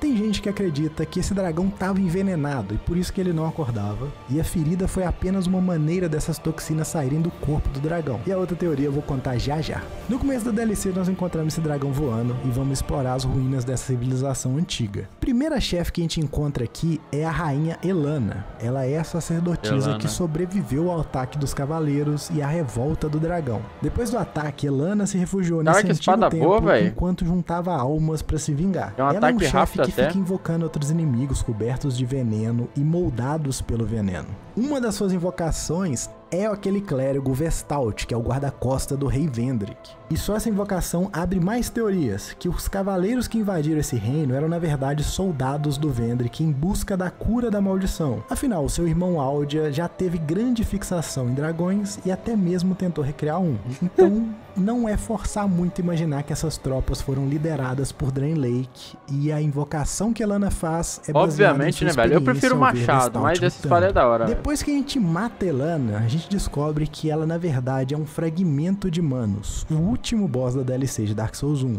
E que esses fragmentos, movidos por fortes emoções e desejos, acabam se aproximando de pessoas poderosas. E nós vamos ver que essa é uma temática que se repete também nas outras DLCs. O boss final da DLC é o dragão, que estava envenenado dormindo, e a origem do veneno do dragão é bem debatida, igual eu falei. Tem bastante gente que acredita que a Elana, na verdade, se moveu pro reino e começou a fazer os rituais pra envenenar o dragão. Uma katana assim, viado? Esperando que ele acordasse um dia e destruísse que não sei o que, velho. Isso porque ela é um pedaço de Manos, então ela teria que ser inerentemente maligna. E tem uma parte da comunidade que acredita que o dragão foi um dos sobreviventes da primeira guerra de Gwyn contra os dragões. E ele tá envenenado por Nito, que soltou um miasma de morte e doença, e esse dragão foi afetado por isso. Pô. Eu prefiro a segunda teoria, porque pra mim faz muito mais sentido lógico o dragão já está envenenado do que a Elana envenená-lo, esperando um dia que ele fosse acordar e destruir tudo. Mas Dark Souls é aquilo, né? Ele deixa muito ponto aberto para interpretação e você pode escolher qual faz mais sentido. Nossa próxima DLC é a do Rei de Ferro, e eu já contei praticamente toda a história do Rei de Ferro aqui. Nessa DLC nós visitamos a Torre de Brume, que é onde o rei governava e construiu as suas grandes fornalhas para a produção de ferro. Aqui nós encontramos essa figura deformada em chamas, que existem várias delas e nós precisamos acabar com todas para os sussurros de uma mulher se acalmar. Assim como a rainha da DLC antiga era um fragmento de Manos, essa mulher chamada Nadália também era um fragmento de Manos que veio até a torre em busca do Rei de Ferro. Mas quando ela chegou, o rei já havia partido e ela se dedicou a esperar o rei voltar. Com o passar do tempo, ela fragmentou sua alma em vários pertences do rei, a ponto de perder até mesmo o seu corpo e apenas existir nesses pertences. Muitos aventureiros então começaram a ser atraídos pela torre, porque a torre era cheia de riquezas de um antigo monarca muito poderoso. Só que quando eles chegavam nessa torre, eles acabavam se deparando com a Nadália, que consumia suas almas e os tornava servos, com o único intuito de proteger a torre e aguardar o retorno do rei. Nessa DLC a gente encontra 3 chefes relevantes. Nós conseguimos utilizar o nosso poder de ver memórias para entrar nas armaduras que um dia pertenceram ao Sir Alone, o guerreiro que ajudou o Rei de Ferro a erguer seu exército e que se afastou do rei quando percebeu que ele estava ficando muito ganancioso. Nessa memória nós somos transportados para onde o Alone se refugiou e podemos, matá-lo. E isso também é um motivo de muitas teorias. Existe uma parte da comunidade que acredita que assim como o gigante rei foi morto por nós ao voltar no tempo, criando um ciclo sem começo e fim, o Sir Alone também foi morto por nós e por isso ele nunca mais é visto. Mas também existe uma parte da comunidade que acredita que estamos revivendo a memória do Rei de Ferro que foi atrás do Alone após se sentir traído pelo seu fiel amigo, e o embate dos dois acabou com a morte do Alone, e com isso o rei trouxe de volta as armaduras do antigo amigo dele, e agora a gente tá acessando a memória das armaduras. Sinceramente, as duas me parecem mega plausíveis, e aí depende de cada jogador escolher qual teoria ele deseja acreditar, mas se dessa vez não foi a gente que mudou o passado, esse poder que o dragão nos deu não tem muita regra clara e é muito inconsistente, então ele meio que prejudica a teoria que fomos nós que matamos o rei gigante. Mas usando como base a DLC do primeiro jogo, que nós voltamos no tempo e influenciamos o passado do Artorias, eu gosto de continuar com essa teoria que fomos nós que mudamos o passado e não tem começo nem fim, porque ela encaixa mais com a temática do jogo. Outro boss é outro demônio da fornalha, que aqui também existe, outro demônio da fornalha. E por fim, o último boss dessa DLC é o Jaime. Jaime é o irmão do Vestalt, o guarda-costa do rei. Os dois sempre foram guerreiros fiéis ao Vendrick, até que um dia os dois brigaram. O Jaime foi derrotado e considerado traidor pelo reino, e assim ele foi exilado. Em busca de mais poder para se vingar de Vestalt, Jaime acaba se encontrando nessa torre, e sobre a bênção de Nadália, ele ganha um novo propósito e começa a tratar ela como mãe, e vive ali protegendo a torre à espera do Rei de Ferro, que nunca aconteceu. E por fim, a nossa última DLC, a Ivory King. Em uma pequena cidade coberta por neve, uma rachadura no chão foi descoberta. E dessa rachadura um calor forte e até confortante para quem vivia em uma terra tão gelada. Com o passar dos anos, o calor da rachadura estava cada vez mais forte e dele labaredas de fogo eram expelidas. Os moradores que entravam em contato com essas labaredas não eram queimados, mas sim transformados, deformados em bestas. Você tem que percorrer bons quilômetros até chegar nesse lugar aí, se não me engano, velho. Aí durante esse percurso tem uns inimigos que ficam te perseguindo lá, enchendo o saco, velho. Violentas que destrói tudo ao seu redor. Com os moradores se transformando em demônios, a cidade começou a ser esvaziada e a corri pra caralho, velho. Até que um cavaleiro de uma terra distante, intitulado como Deus da Guerra, juntou as suas tropas e foram até a cidade infestada por demônios. E após uma longa batalha, ele conseguiu fazer esses demônios recuarem de volta para a rachadura. Depois de tamanho feito, esse cavaleiro foi intitulado rei e sua primeira tarefa foi reunir exércitos e criar uma fortaleza cercada por muros, com o nome de Eleon Lois. Não era para defender quem vive dentro da fortaleza, mas sim para evitar que algum dia a chama volte e se alastre pelo mundo. Seu trono foi erguido bem em cima da rachadura, e não era como arrogância, era porque ele queria ser o primeiro ponto de defesa contra essa grande ameaça. Visitado por uma jovem Alsana, o rei se apaixona. E mesmo sabendo que aquela mulher era diferente, porque ela tinha uma forte presença da escuridão, o rei resolve se casar com ela. Alsana, assim como as duas antigas rainhas, é um fragmento de Manos também. Com o passar do tempo, o rei percebeu que ele estava ficando cada vez mais fraco pelo desgaste da vigília, e então deu uma missão para Alsana: proteger o mundo das chamas. Olha os gráficos, velho. Muito bom, mano.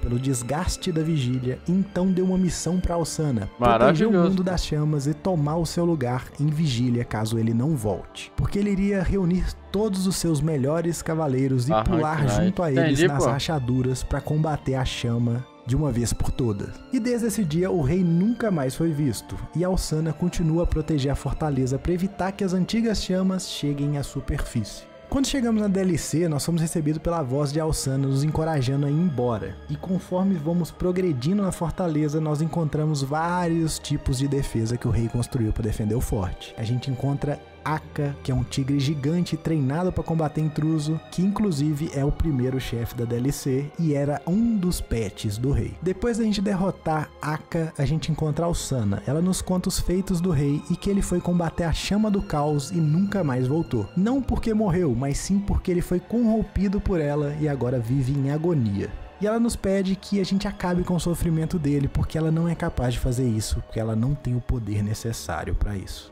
Bom, a gente pode pular nesse buraco se a gente quiser e nós vamos encontrar com o rei. Essa é uma luta cheia de inimigos além do rei, e para deixar ela mais justa, a gente precisa explorar o castelo em busca de 3 cavaleiros. Esses 3 cavaleiros juraram lealdade ao rei e estão esperando que alguém os lidere para pular na rachadura. Quando a gente acha os 3 cavaleiros e pulamos na rachadura, aí nós chegamos na última luta dessa DLC. Essa é uma luta bem diferente, porque você tem que se preocupar com os cavaleiros que você levou para que eles não morram, porque se você deixar eles por conta própria, provavelmente eles vão morrer. Então o objetivo aqui é você deixar o máximo de cavaleiros vivos para quando o rei chegar, você ter o máximo de ajuda possível para enfrentar o rei. Essa história dessa DLC, ela quebra um pouco o padrão do que nós vimos até então nas DLCs anteriores do jogo. Todas as rainhas eram fragmentos de humanos em busca de mais poder e foram atraídas por grandes monarcas, e todas elas sucumbiram ao seu sentimento e se tornaram criaturas agressivas e obsessivas. Mas Alsana não. Alsana, apesar de ser um fragmento de Manos, ela foi acolhida, compreendida, e apesar da sua natureza sombria, lhe foi dado um novo propósito nobre, que era combater o caos. E isso começa uma pequena discussão na série, que é: será que tudo que vem da escuridão é realmente maligno? Ou será que combater e reprimir o que de lá vem, sem tentar entender, é o que os torna tão poderosos e agressivos, ao ponto de serem inevitáveis? Essa é uma das perguntas que essa DLC nos faz, e é uma pergunta extremamente importante para ser feita na série inteira. Cada DLC dessa, no final nós pegamos uma coroa, e agora nós podemos voltar na tumba do Vendrick e conversar com ele no passado. E descobrimos o motivo real do Vendrick não querer reacender a chama. O Vendrick descobriu que mesmo se ele reacendesse a chama, a maldição não iria acabar, ela seria apenas adiada. E que era inevitável um dia Drang Lake cair, o fogo se apagar e o ciclo recomeçar. Vendrick descobriu que estamos presos nesse ciclo infinito e nada que ele fizesse realmente iria importar, então ele preferiu simplesmente... Caraca, eu lembrei do final de Elden Ring agora, que também teve isso, né? Na verdade, Elden Ring é uma inspiração, né? Mas enfim, lá também tem essa questão do ciclo, né? Que nem a gente viu o rapaz lá explicando no final. Se isolar pra sempre e não fazer nada. Agora nós podemos finalmente ir para a Sala do Trono, onde fica a primeira chama. No caminho da sala nós encontramos a Emerald Herald de novo, e ela nos diz que a jornada dela já tá completa. Que o nome dela é Shanalotte e que ela nasceu dos dragões, mas que ela foi feita por homem. Ela foi criada por aqueles que tentaram enganar o destino, mas eles falharam. Ela não foi um experimento que saiu do jeito que eles queriam. E o destino é insuperável, a humanidade será amaldiçoada novamente. E que se formos até a Sala do Trono, Nashandra virá atrás de nós, em busca do trono, da primeira chama e da grande alma que nós temos. Shanalotte provavelmente foi mais um dos experimentos que Aldia fez para tentar criar uma humana capaz de superar o ciclo das chamas. E para isso ele utilizou os dragões, que são seres que têm ligação com os primeiros dragões ancestrais. Mas o jogo não explica o motivo dela ser uma falha, ela só explica que não deu certo, não foi bem sucedida. Quando a gente chega na sala do antitrono, nós encontramos esses dois guerreiros aqui, que são de uma linha muito antiga de defesa. Não tem muita informação no jogo sobre esses dois, só que a função deles é defender o trono de almas fracas que tentam acessá-lo. Depois que a gente mata esses dois defensores, nós somos visitados pela Nashandra. Só que dessa vez ela tá na sua forma verdadeira.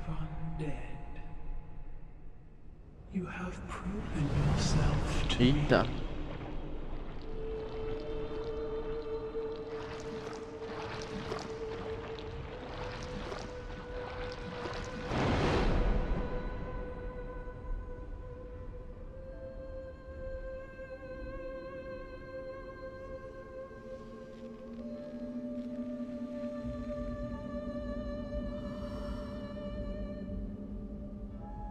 Now, be one. Da hora, da hora. Cara, esses monstros de Dark Souls são muito foda, velho. A Nashandra também é um fragmento de Manos e ela nos manipulou assim como fez com o Vendrick para que limpemos o caminho até a Sala do Trono. Vendrick se isolou e criou todos esses mecanismos de defesa do trono porque ele já havia percebido que a sua rainha tinha alguma intenção maligna. Com medo dessas intenções, ele preferiu se isolar com o anel, que era a única chave para o trono. Além dele criar esse monte de desafio para garantir que caso aparecesse outro monarca, ele estaria preparado para lidar com a Nashandra, né? A luta com a Nashandra é relativamente simples, só você manter uma distância desses pilares que elas soltam, porque esses pilares dão curse. E no jogo base, a Nashandra é o último chefe do jogo. Depois que você mata ela, você faz as suas decisões para zerar. Mas teve uma atualização do Scholar of the First Sin, que trouxe bastante conteúdo novo para o jogo e reescreveu bastante parte da história, que é esse que nós estamos vendo aqui. E nesse o Aldi aparece para nos confrontar depois que a gente mata a Nashandra. Só que o Aldi é uma boss fight bem preguiçosa, ele é apenas uma cabeça que fica soltando tentáculos e soltando fogo. E é isso, é uma batalha muito tosca para ser o último chefe do jogo. Ele basicamente só aparece para nos testar se a gente realmente é digno de reacender a primeira chama. O Aldi, como nós sabemos, é como sempre, né, até agora, genérico. O irmão mais velho do Vendrick que tentou quebrar a maldição para os humanos, mas falhou. E em seus experimentos ele descobriu que o único jeito de quebrar a maldição é deixar de ser humano. E de alguma forma ele conseguiu se conectar diretamente com a primeira chama. Por isso que ele sempre aparece dos bonfires, das chamas. Então ele transcendeu a condição humana e por isso ele não é mais preso ao ciclo. E quando finalmente conseguimos derrotar a Aldia, nós podemos escolher se queremos sentar ao trono e continuar o ciclo das chamas ou ir embora e deixar o mundo seguir seu rumo natural. Caso escolhamos sentar no trono, a Emerald vai narrar o final. Eu ia embora e deixaria o mundo seguir o ciclo natural, velho. Dá hit kill e tira a vida máxima. Dizendo que caso reacendemos o fogo, tudo isso que aconteceu acontecerá novamente. As almas se espalharão, novos reinos serão formados e terão seu auge e cairão.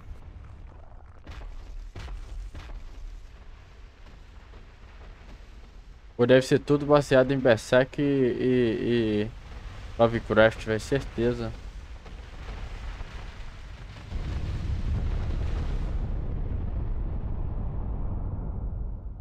You who link the fire.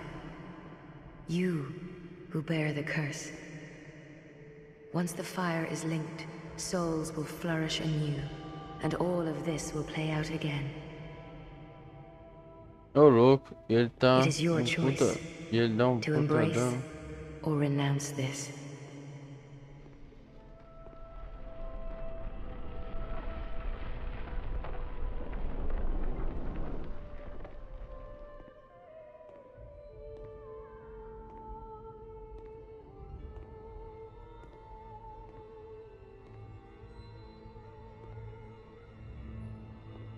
Eu ia embora, velho. Não sentaria no trono, não. No acenderia a chama, não. Great Sovereign, take your throne. E ele sentou no trono. E eu ia estar todo parrudão com a armadura muito doida, velho. É isso. Uma espada igual do tamanho da lança do Honda. Only you can see.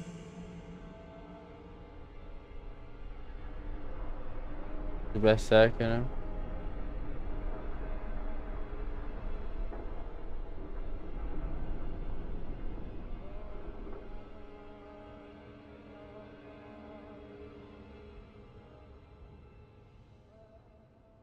Mas existe um outro final, que é deixar a Sala do Trono. Nesse é Áldia que nos narra. Entendi.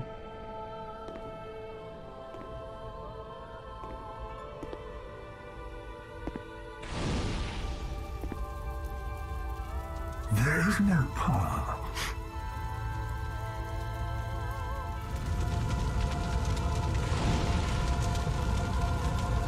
Behold the king's life, behold what you've done.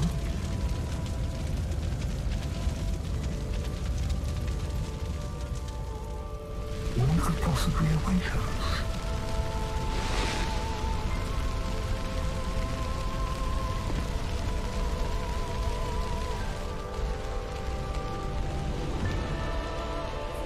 And yet we seek it. Me seguinte, Such as our fate.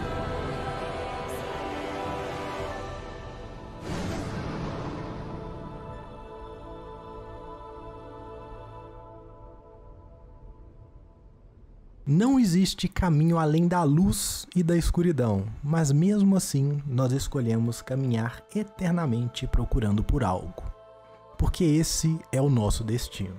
Entender esse final depende da gente entender tudo que essa jornada tentou passar pra gente. Dark Souls 2 é sobre grandes reinos, duques, lordes que tiveram seus feitos apagados pelo ciclo da chama primordial, e como a maioria deles sofreu bastante tentando lutar contra o caminho natural das coisas ou simplesmente perdendo total propósito ao saber dele. O destino de tudo é começo, seu auge e o seu fim. E esse Souls, ele vem para explorar como propósitos voltam a ecoar nesse mundo, e como apesar de centenas de anos após o primeiro jogo, esses seres ainda estão presos nos mesmos ciclos, nos mesmos propósitos, cometendo os mesmos erros e tendo as mesmas metas. Esses propósitos são simbolizados na série como as almas brancas e almas de Lorde, que como vimos exercem influência sobre os seres que entram em contato com elas. Todas essas almas são fragmentos da chama primordial e com o enfraquecimento dela, um ser precisa juntar esses fragmentos e se oferecer à chama para poder resetar o ciclo. Fazendo assim a chama ficar forte novamente e todas essas almas voltarem a circular no mundo, assim como a primeira vez. Por isso que a Emerald nos diz que se reacendermos a chama, tudo vai acontecer novamente do mesmo jeito. Porque as almas são as mesmas, os propósitos são os mesmos, e a humanidade voltará a ser amaldiçoada. A humanidade nasceu dos fragmentos da Dark Soul, como vimos no primeiro vídeo. Ela não tem propósito, apenas necessidades, sentimentos e vontade de preencher esse vazio. Por isso que somos atraídos pela chama, pelas almas, pelos propósitos passageiros, mas já pré-definidos na Era do Fogo. O objetivo final desse jogo é o trono, e ele chama Throne of Want, o trono do desejo. Desejo é algo que sentimos muitas vezes sem nem saber o porquê. É aquilo que nos move, nos impulsiona e pode nos controlar. Como a Emerald nos diz desde o começo do jogo. Andaríamos pelo reino de Draenlake sem saber o porquê. Fazemos tarefas, superamos desafios, tudo em prol de preencher esse desejo, preencher esse vazio, que foi preenchido momentaneamente pelo propósito de se sentar no trono. Um propósito que nem era nosso, porque nem sabíamos da existência do trono. Estávamos apenas caminhando em direção a propósito de outros, manipulados por outros. Assim como um golem que precisa de uma alma para se ativar e cumprir uma tarefa, somos nós caminhando pelo mundo em busca de um propósito. Aquilo que nos falta, que nos move e pode nos manipular. Dark Souls 2 é um jogo sobre a condição humana, é um jogo sobre desejos, propósitos e como eles nos movem. Como criamos, amamos, matamos e até mesmo morremos por propósitos. E apesar de parecerem tão poderosos, são coisas fugazes, eles escorrem entre nossos dedos. Grandes reinos decaídos, nomes de grandes guerreiros esquecidos, histórias que nunca serão contadas. Geralmente a gente caga pro que o NPC tá falando, tá ligado? O NPC tá ali, sei lá, você tá andando ali, tá no meio da gameplay, o NPC tá falando. Geralmente você caga porque ele tá falando e foca só na gameplay, tá ligado? Eu curto muito isso, velho. Esse estilo de narrativa de Dark Souls, assim, série Souls, que você tem que prestar atenção nos cenários, em toda a sua simbologia e nos diálogos, tá ligado?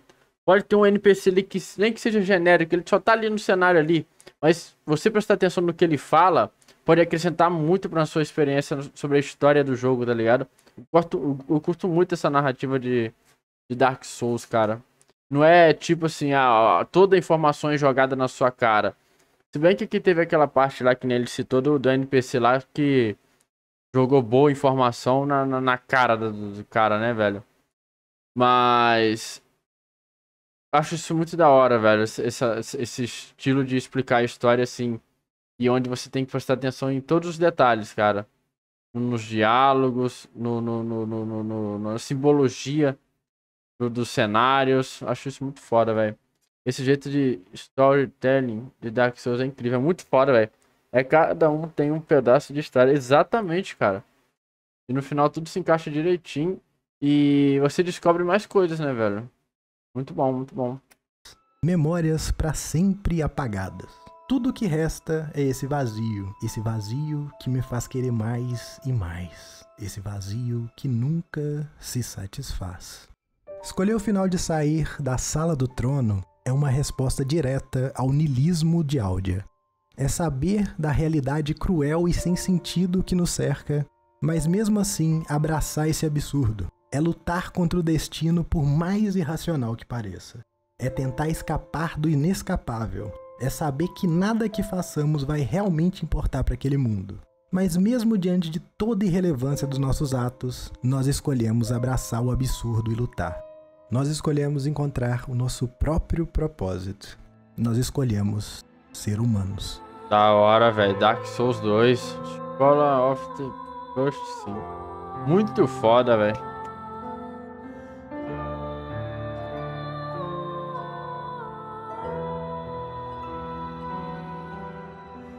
Incrível mesmo, velho. Eu nunca entendi esse meme aqui do pressione Start, pressione F, sei lá, tá ligado?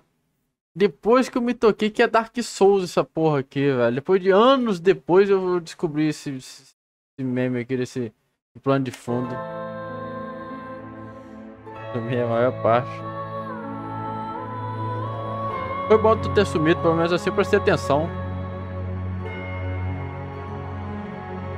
Confesso que eu tô com um cara de sono, mas pelo menos prestei atenção, velho. Muito foda, velho.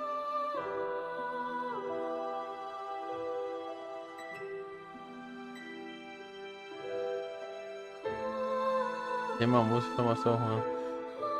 Tá vendo lá aí com música, velho. Aqui eu acho que é só os apoiadores, né? Maravilhoso, mano. Excepcional. Parabéns aí ao Kelno pelo excelente vídeo que ele trouxe aí pra gente explicando a história de Dark Souls. Dark Souls é uma franquia que eu conheci através desse MZinho, velho, confesso. Eu já ouvi falar muito, né? Nunca joguei, nunca tive uma experiência de acompanhar o hype do jogo. Eu acompanhei recentemente, né, velho, de 2019 pra cá, ali através dos vídeos do SM5, que foi muito engraçado, ele morrendo pra caralho. E sempre é culpa do jogo, nunca é dele. Mas enfim, pô, muito foda, velho. Mas eu nunca parei pra me tocar na história do jogo, tá ligado?